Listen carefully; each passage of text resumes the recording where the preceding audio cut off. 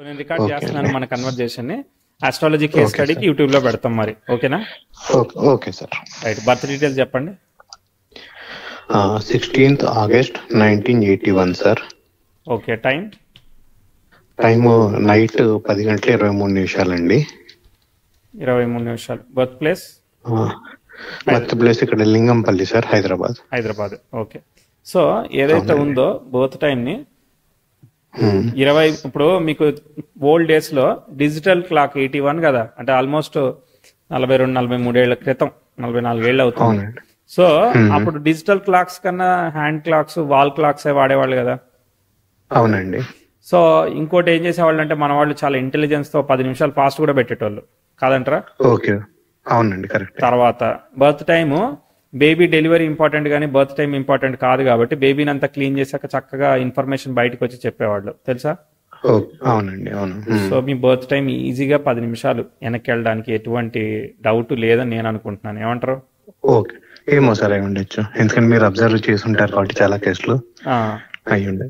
So నేను 10-11 తీసుకుంటున్నాను. సరిపోతే అలాగే చెప్పుకుందాం, సరిపోతే లేదు ఇక. సరేనా? అలాగే సార్. రైట్. మేష లగ్నం వచ్చింది, శతభిష నక్షత్రం వచ్చింది. అవునండి. అట్లయితేనే మనకి సెట్ అవుతుంది. అవునండి, అదే అండి, నాది మేషలగ్నం, శతభిష నక్షత్రం, 2వ పాదం అనుకుంటా సార్. అవును, 2వ పాదమేలే. సరే అవునండి. చెప్పండి, మీరు ఏం చేస్తున్నారు, మీకు ఏం కావాలి? అది సార్, అంటే సెటిల్ అవుతే ఇప్పుడు అవుతాను నుంచి ఇప్పుడు దాకా సెటిల్ అవ్వలేదు. సెటిల్ అవ్వలేదంటే ఇప్పుడు ఏమీ చేయట్లేదు, అయితే ఖాళీగా ఉన్నారా? అంటే మొన్నటి వరకు ఖాళీగా ఉన్నాను. ఒక 10 days బ్యాక్ లో జాబ్ లో join అయ్యానులేండి.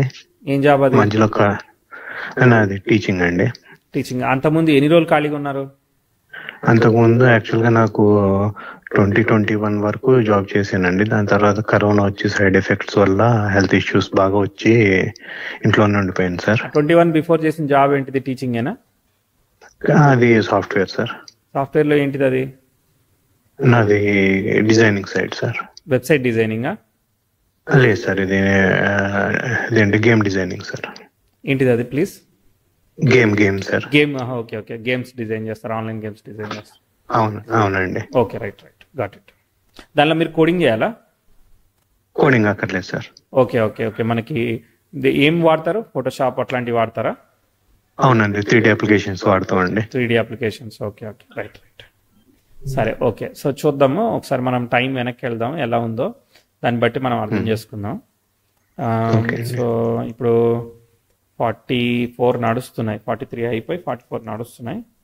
Will go back by 1981. ఒక్క రివ్యూ కొడదాం, సో తర్వాత మనకి ఈజీ అయిపోతుంది.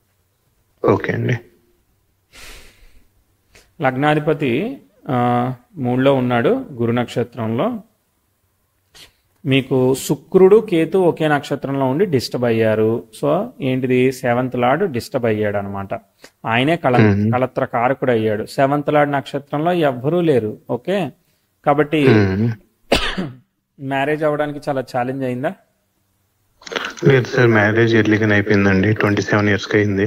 ఓకే, అయితే మరి వైఫ్ హెల్త్, రిలేషన్షిప్ వాటిలో ఏమైనా ఛాలెంజెస్ కనిపించాయా?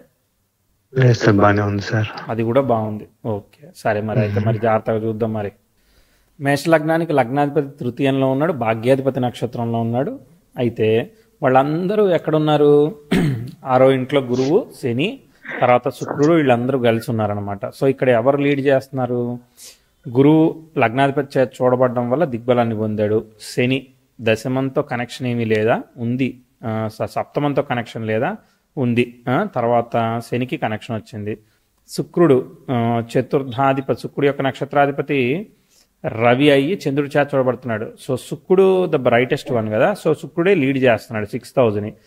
ఎస్, ఇది హెల్త్ మీద, మ్యారేజ్ అయింది కదా, సో హెల్త్ మీద ఇన్ఫ్లుయెన్స్ చేసేదానికి శుక్రుడు లీడ్ చేస్తున్నాడు. అర్థమైందా? సో కుజుడు స్టార్ లాడైన వాడు గురువు అయితే గురువుని కంట్రోల్ చేసేస్తుంది ఒక రకంగా శుక్రుడే. కానీ శుక్రుడు డిబిలిటేట్ అయ్యాడు, తీసేసేయాలి, రాంగ్. అప్పుడు మనం ఏం చేయాలి? అప్పుడు శని గురువుల్లో ఒకళ్ళని మనం సెలెక్ట్ చేయాలి. అప్పుడు గురువుని సెలెక్ట్ చేయాల్సి వస్తుంది. ఐ థింక్ గురువునే సెలెక్ట్ చేయాల్సి వస్తుంది. సో గురువు అనేవాడు యోగకారకుడు కాబట్టి ఓకే బ్యాలెన్స్ అయింది. ఓకే హెల్త్ ప్రాబ్లం ఉన్నా కూడా బెడ్ రిడన్ కాకుండా మనల్ని బ్యాలెన్స్ చేస్తుంది. శుక్రుడు డిబిలిటేట్ అయ్యాడు కాబట్టి మన గేమ్లోంచి వెళ్ళిపోయాడు. సో డిబిలిటేట్ కాకపోతే గేమ్లో ఉండేవాడు. Okay right. గురువు అవ్వడం అనేది, గురువు లీడ్ చేయడం అనేది ఒక రకంగా ప్లస్ పాయింట్ అవుతుంది, బ్యాలెన్స్ చేస్తూ ఉన్నది. Very good. తర్వాత పంచమంలో ఉన్న రవి బుధులు కేతు నక్షత్రంలో ఉన్నారు. కేతువు రవి పరివర్తన యోగం పొందారు. సో రవి ఏంటిది, శని ఫలితాన్ని ఇస్తాడు. శని 6వ ఇంట్లో గురువుతో కలిసినాడు, గుడ్. తర్వాత కేతు ఏంటి, రవి ఫలితాన్ని ఇస్తాడు. సో స్వక్షేత్రగతుడు అయ్యాడు. ఓకే బాగానే ఉంది. సో చాట్లో దశమంలో రాహువు, లాభంలో ఉన్న రాహు నక్షత్రంలో ఉన్న చంద్రుడు ఇంట్లో ఉన్న రాహువు. సో ఈ కాంబినేషన్ అనేది అవుతుంది. అంటే ఒకసారి ఇన్ఫీరియారిటీ కాంప్లెక్స్ క్రియేట్ అయితే అంటదా, ఒకసారి మనం చేయగలుగుతామా లేదా అని భయం, లేదంటే వర్రీ ఉంటుంది. ఓకే సరే. కేతు దశమంలో ఉన్నాడు. బేసికలీ జనరల్లీ కొంచెం డ్రై రిజల్ట్ ఇస్తాడు, కానీ ఇస్తాడు. Okay I'm not expecting bad results.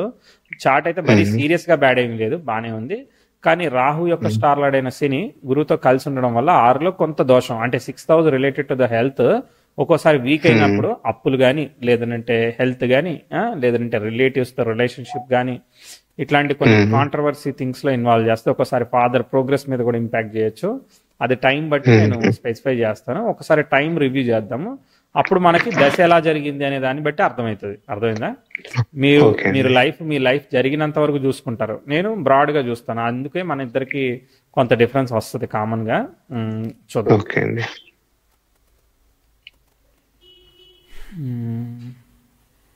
పుట్టినప్పుడు సీరియస్ ఆస్పెక్ట్ ఏముంది, ఏమీ లేదు. ఓకే బ్యాడ్ ఆస్పెక్ట్ ఏం లేదు. నేను ఒక ఇయర్ చెప్తాను, ఇక్కడ కొంచెం మిక్స్డ్ ఆస్పెక్ట్ జరుగుతూ ఉన్నది. 84-85లో progressive Mars 10th house opposition ఇస్తున్నా, ప్రోగ్రెసివ్ 10th house యురేనస్తో సెక్స్టైల్ ఇచ్చింది. సో ఇది బ్యాలెన్సింగ్. కానీ స్టిల్ 86లో అది రిలీవ్ అయిపోయి మళ్ళీ 10th house ట్రైన్ రెట్రోగ్రేడ్ వీనస్కి అప్రోచింగ్లో వెళ్ళింది. సో ఈ 85 నుంచి మనం 4 సంవత్సరాలు 5 సంవత్సరాల వయసు నుంచి రాహులు శుక్రుడు వచ్చాడు. సో నేను ఎక్స్పెక్టెడ్ రిజల్ట్స్ చెప్పట్లేదు. అక్కడ 85, 86, 87లో ఫ్యామిలీ హెల్త్, మదర్ హెల్త్, లేదంటే అక్కడ ఉండే సిచ్యువేషన్స్లో కాంప్లికేషన్స్ ఏమైనా కనిపించాయా, లేదంటే గబాల కింద పడిన దెబ్బలు తగలడం లాంటివి ఏమైనా అయ్యాయా, అంత బాగుందంటారా? అంటే అప్పుడే చిన్నప్పుడు కాబట్టి అంత తెలియదు సార్ మామూలుగా. ఓకే చిన్నప్పుడు కదా, 5 years. అక్కడ గ్రోత్ లేదు, అక్కడ కొంత ఇష్యూ ఉందని చెప్తాను. సో బట్ చూద్దాం, టైం వచ్చినప్పుడు మళ్ళీ వెరిఫై చేద్దాం. ఓకే ఓకే అండి. నెక్స్ట్ ప్రోగ్రెసివ్ వీనస్ మళ్ళీ 89-90లో కూడా ప్రోగ్రెసివ్ వీనస్ సాటర్న్తో కంజైన్ చేస్తే జనరల్లీ సాటిస్ఫాక్షన్ ఇవ్వదు. ఒక్కోసారి కెరియరు, ఫైనాన్స్ అనుకున్నంత స్థాయిలో ప్రోగ్రెస్ని మనం పాజిటివ్గా ప్రిడిక్ట్ చేయడానికి ఉండదు. నేను కొంత ఇబ్బంది మరి చెప్తానమాట. సో మీకు రాహులో కుజుడు జరుగుతున్నాడు. సో కుజుడు గురువుతో సంబంధం కలిగి ఉన్నాడు, కానీ బట్ చిద్రత నడుస్తూ ఉన్నట్టుంది కదా. కాబట్టి 90-91 కూడా కొంత కాంప్లికేషన్ చెప్తా. ఏమన్నా 89, 90, 91 మధ్యలో కొంత ఇబ్బంది ఏమైనా కనిపించిందా మీకు? 10 సంవత్సరాల వయసు ఏమైనా గుర్తుందా లేదా? అంటే హెల్త్ వైజ్ సార్ ఇబ్బంది, అంటే హెల్త్ అవ్వచ్చు, ఫైనాన్స్ అవ్వచ్చు, ఇదే అని మీరు పెట్టద్దు. ఓకే ఏదో ఒక దానిలో డైరెక్షన్ ఆఫ్ ప్రిడిక్షన్ అర్థం చేసుకోండి. ఏదో దానిలో నెగిటివ్ ఇస్తుంది అనమాట. ఇచ్చినాయా లేదా? లేదు సార్, ఏమీ లేదు, అంతా బాగుంది. అంతేనా? ఓకే. లైక్ మీ ఫాదర్ వర్క్ అంతా అందరూ ఒకే ప్లేస్ లో ఉన్నారా? డిఫరెంట్ లొకేషన్స్ ఏమైనా షిఫ్ట్ అయ్యారా? ఒకే ప్లేస్ లో ఉన్నాను సార్. ఒకే ప్లేస్ లో ఉన్నారు. Okay right. తర్వాత చూద్దాం.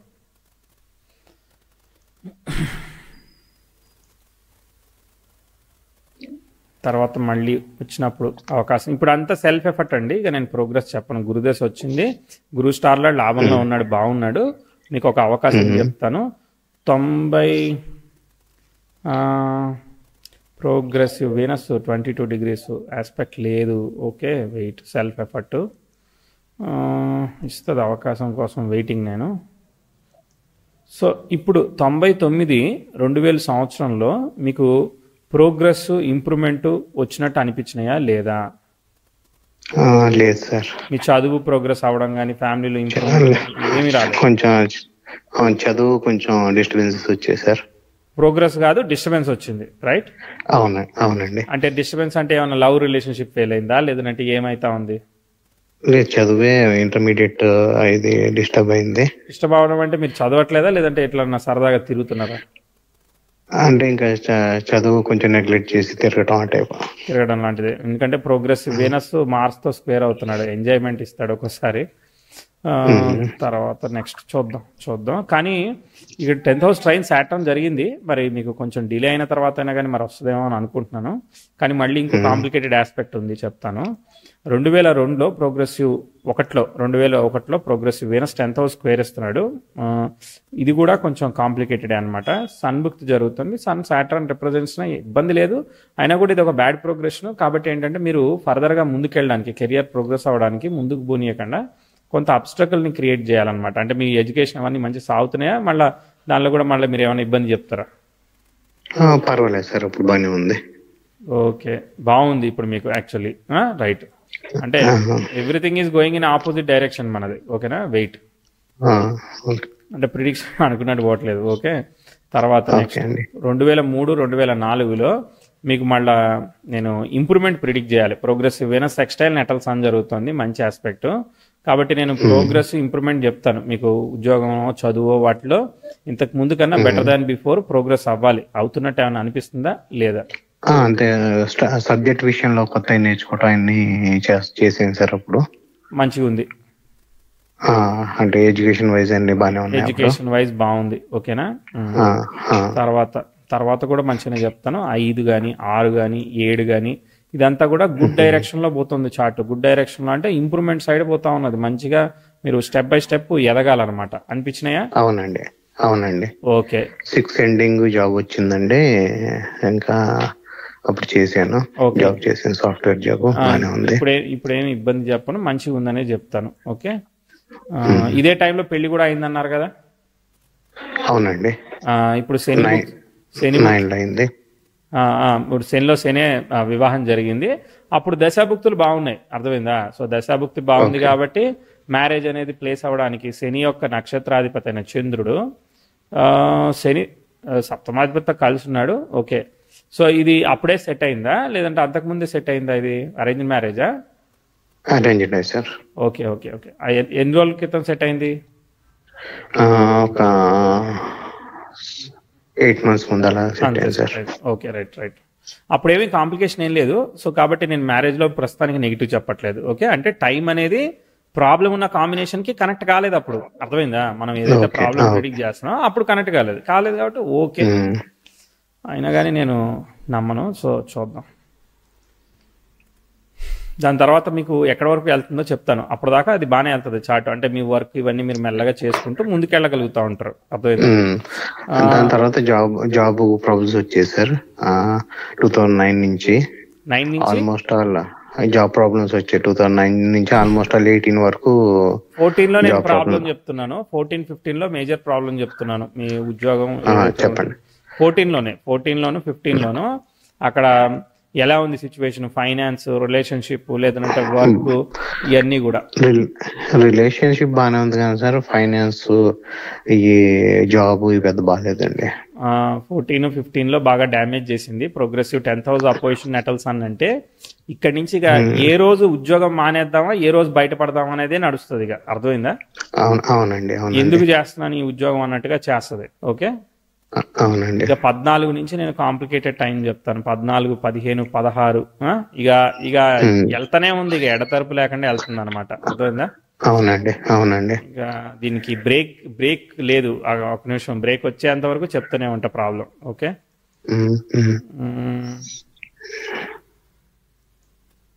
మళ్ళీ మీకు ఇంకో ప్రాబ్లం ఉంది. ప్రాబ్లం మీద ప్రాబ్లం ఇంకోటి వచ్చింది. 2020లో కరోనా కావచ్చు maybe. Progressive 10th house opposition natal mercury జరుగుతుంది. అప్పుడు కూడా 6th లార్డ్తో అపోజిషన్ జరిగింది కాబట్టి హెల్త్ డిస్టర్బెన్స్ అయిందన్నారు కదా ఈ టైంలో. 2020 డిసెంబర్లో శని రాహు దశ మొదలైంది సార్. శని రాహు దశ మొదలైనప్పటి నుంచి కొద్దిగా అప్పటి నుంచి ఇప్పటికి ఇంకా కోలుకోలేకపోయింది సార్ అది. అవును, అప్పుడు రాహు గురు రిజల్ట్స్ తీసుకొస్తాడు కదా. గురు రాహులు 6 కనెక్ట్ అయ్యి నెగిటివ్ రిజల్ట్స్ వస్తాయి. 10th హౌస్ అపోజిషన్ మెర్క్యూరీ జరిగి బ్యాడ్ ఆస్పెక్ట్ జరిగి పోతా ఉన్నది. మళ్ళీ ఏమీ ఆస్పెక్ట్ అందుకోలేదు. ఓకే, సో అన్స్టేబుల్గా ఉంది యాక్చువల్గా. ఓకే, అయినా కానీ నా ప్రిడిక్షన్స్ అన్ని మ్యాచ్ అవ్వలేదు కదా. మ్యాచ్ అవ్వనప్పుడు మనం చెప్పడం అనేది అనవసరమైన విషయం అని నేను ఫీల్ అవుతున్నాను. మీరేమంటారు? ఓకే, అదే సార్, అంటే ఇంకా ఎవరిది వాళ్ళు గుర్తించరు కదా సార్. ఈ ప్రొఫెషన్ లో మీరు ఎలా చేస్తే బాగుంటుందో మీకే తెలుస్తుంది. Right right correct. అదే సో ఎందుకంటే అదే అండి. మనము పాజిటివ్ ఆస్పెక్ట్స్ అనుకున్న దగ్గర మీకు పాజిటివ్ గా పని చేయలేదు స్టార్టింగ్ లో, ఆ, కొన్ని అక్కడక్కడ పని చేసినా కానీ మనం తీసుకుంటున్న బర్త్ టైం కరెక్టా లేదని. ఇప్పుడు మీరు 23 ఇచ్చారు, నేను 11 వేసుకున్నాను. 11 వేసుకుంటే నాకు క్యాలిక్యులేటివ్ గా సెట్ అవుతుంది, అర్థమైందా? క్యాలిక్యులేటివ్ గా సెట్ ఓకే అవుతుంది. అండి. 23 వేసుకోవడానికి నాకు అవకాశం లేదు. ఓకే, సో అది వేసుకుంటే నాకు అడ్జస్ట్ అవ్వట్లేదు. సో నేను దాన్ని ఓకే బర్త్ అండి. టైమ్ డిఫరెన్స్ ని నేను ఫిగర్ అవుట్ చేసింది తప్ప, లేదనంటే మనము క్యాలిక్యులేట్ చేయడమే తప్ప, లేదనంటే మీరు ఏదో ఏదో సంథింగ్ ఈజ్ మిస్సింగ్ అనమాట. సో కాబట్టి అందుకు ఓకే. మనం దాంతో ఏదో మీకు ప్రిడిక్ట్ చేయడం అనవసరం. మీ సెల్ఫ్ ఎఫర్ట్ తో మీరు ముందుకెళ్తా ఉండండి అంతే. నేను చెప్పినా చెప్పకపోయినా జరుగుతుంది అంతే కదా. సో కాబట్టి అదే సార్. అంటే టెంటేటివ్ గా ఏమన్నా కొంచెం సెటిల్ అవుతానంటారా సార్? మామూలుగా ఫ్యూచర్ లో కొంచెం మామూలుగా వచ్చే కాదు టెంటేటివ్ గా అదే చెప్పగలుగుతారా ఛాన్స్? నేను ఫిగర్ అవుట్ చేస్తే ఎస్ నాకు కమాండ్ వచ్చింది అదరగొట్టేయచ్చు, ఇప్పుడు మనం ఏది చెప్తే అది జరుగుద్ది అంటే చెప్పచ్చు. లేదనంటే ఏం చేయాలి? అవునండి. చెప్తే మనం మాట్లాడుకోవడానికి బాగుంటుంది, కానీ ఎండ్ ఆఫ్ ది డే అది సాటిస్ఫాక్షన్ ఇవ్వదు కదా. అవునండి. సో కాబట్టి అందుకే ప్రిడిక్ట్ చేయట్లేదు.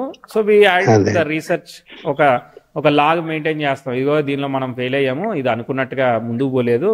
సో ఇన్ ఫ్యూచర్ మీరు ఫోన్ లిఫ్ట్ చేస్తే మీతో మాట్లాడి మళ్ళీ ఒకసారి కూర్చొని ఎందుకు మనది పని చేయలేదు అనే దానికి, ఏ ఏరియాలో పని చేసింది, ఏ ఏరియాలో పని చేయలేదు, ఫాదర్ ఎట్లా వర్క్ అవుతా ఉంది, ఇట్లాంటివన్నీ కొంచెం ఎక్కువగా డీటెయిల్ గా మాట్లాడడానికి ఛాన్స్ వస్తుంది, అర్థమైందా? Okay. So I okay to accept మీకు మామూలుగా అదే రీసెర్చ్ గురించి చెప్పాలంటే మామూలుగా 2020 డిసెంబర్ లో స్టార్ట్ అయింది సార్ బ్యాడ్ టైం నాకు. అప్పుడు ఆపరేషన్ జరిగింది. దాని తర్వాత 2021 మేలోనేమో కరోనా. ఇంకా దాని తర్వాత జాబ్ లేకపోతాం.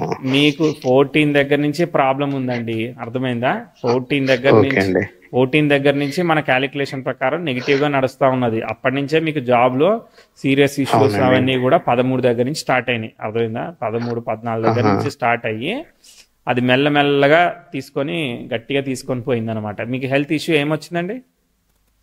నాకు ఏంటంటే థైరాయిడ్ అక్కడ గడ్డ వచ్చిందండి. ఓకే, అది క్యాన్సర్ ఏమో అనుకున్నా. అప్పుడు అది రిమూవ్ చేశారు, అది బాగానే ఉంది, అది ప్రాబ్లం లేదు. దాని తర్వాత 21 మేలో నాకు కరోనా వచ్చిందండి. బాగా సివియర్ గా వచ్చింది. సో కరోనా దగ్గర ఒక 15 days హాస్పిటల్లో ఉన్నాను. దాని తర్వాత ఏంటంటే మెల్లగా corona side effects sir, lungs బాగా డ్యామేజ్ అయినాయి. రికవర్ అవటానికి నాకు 6 months పట్టింది. ప్లస్ అప్పుడు కరోనా వల్ల వాడిన మెడిసిన్స్ వల్ల ఇంకా సైడ్ ఎఫెక్ట్స్ వచ్చి తుంటెముకలు అరిగిపోయినాయి సార్. ఏవిఎన్ అంటారు, వాస్కులర్ నెక్రోసిస్ అనేది డిసీజ్ వచ్చిందనమాట. తుంటెముక అరిగిపోవటం. అవన్నీ వచ్చి కొంచెం నడవటానికి కూడా చాలా ఇబ్బందిగా అవుతుంది అన్నమాట. నొప్పి వల్ల అప్పుడు మెల్లమెల్లగా క్యూర్ అవుతుంది ఈ మధ్యన అది. అవన్నీ ఇంకా 2020 నుంచి ఇంకా ఈ ప్రాబ్లమ్స్ వస్తా ఉన్నాయి. దాని తర్వాత జ్వరం అని, డెంగ్యూ అని, కొంచెం ఇమ్యూనిటీ తగ్గటం, ఆ టైప్ అన్ని వచ్చాయండి. అర్థమైంది. మీరు మీ వైఫ్ వర్క్ చేస్తారా, లేదా హౌస్ వైఫ్ ఉన్నారా? హౌస్ వైఫ్ అండి. ఓకే, మీరిద్దరు ఒకే లొకేషన్స్ లో ఉంటున్నారు? ఒకే దగ్గర ఉంటామండి. Okay, right. So in future మళ్ళీ నాకు ఛాన్స్ వస్తే, అవకాశం వస్తే మళ్ళీ ఒకసారి కాంటాక్ట్ చేయడానికి ట్రై చేస్తాను. డెఫినెట్గా సార్, డెఫినెట్గా అండి.